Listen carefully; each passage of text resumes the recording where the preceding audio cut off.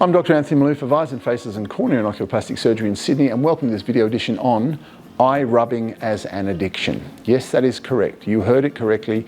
Rubbing our eyes is actually an addictive behaviour. And in my opinion, it is no different to drug addiction, alcohol addiction, eating addiction. So why is that? Firstly, a behaviour is something that you do, the way you do it. That is a behaviour. Over time, when you reinforce that behaviour, it moves from the conscious to the unconscious, and that's when it becomes a habit. So most people rub their eyes and don't even know they're rubbing it. In fact, it's not until I point out that they're rubbing their eyes that they actually take note and realise, oh my gosh, I'm actually rubbing my eyes. They will sit in my consultation chair, rub their eyes, and when I question as to why, they'll deny they've rubbed because they don't know they've rubbed. It is an unconscious behaviour, that is a habit. So how do you get to a point where your rubbing becomes so intense or so frequent that you don't even know you're doing it? Well, that is because that habit has moved from, the behaviour has moved from the consciousness to the unconsciousness. But why do we do it? Well, we do it for a very simple reason. This area of the face is richly innervated with nerves. Evolution gave them to you to protect your eyes. You need them.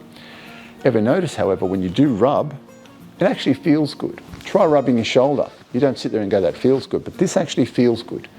You actually get the desire to rub more. Blind people rub their eyes and get a physical and a visual stimulus from it. It goes even deeper. It plugs into a system of our brain called biological reward. That's the thing that powers drug addiction, eating addiction. Biological reward. It's exceptionally powerful. So it plugs into biological reward. So it feels good. You rub, it reinforces, you do it again. Eventually, it becomes an unconscious habit. It's really important to understand this process because if you want to reverse the problems of eye rubbing, which include watery eye and keratoconus, you need to start by learning to stop rubbing. And that's why eye rubbing is an addictive behaviour and one that you have to work on to stop if you want to overcome the problem that it's created. It may be worth that you show your family this because often they're the ones that see you rub your eyes, and pass it on to anyone else that is rubbing because so many people rub their eyes. And they actually don't know. It's accepted practice, but they don't know the damage they're doing to themselves. So I hope that all makes sense. Eye rubbing is an addictive behaviour, and when you've got to stop rubbing, you literally have to learn how to manage an addiction.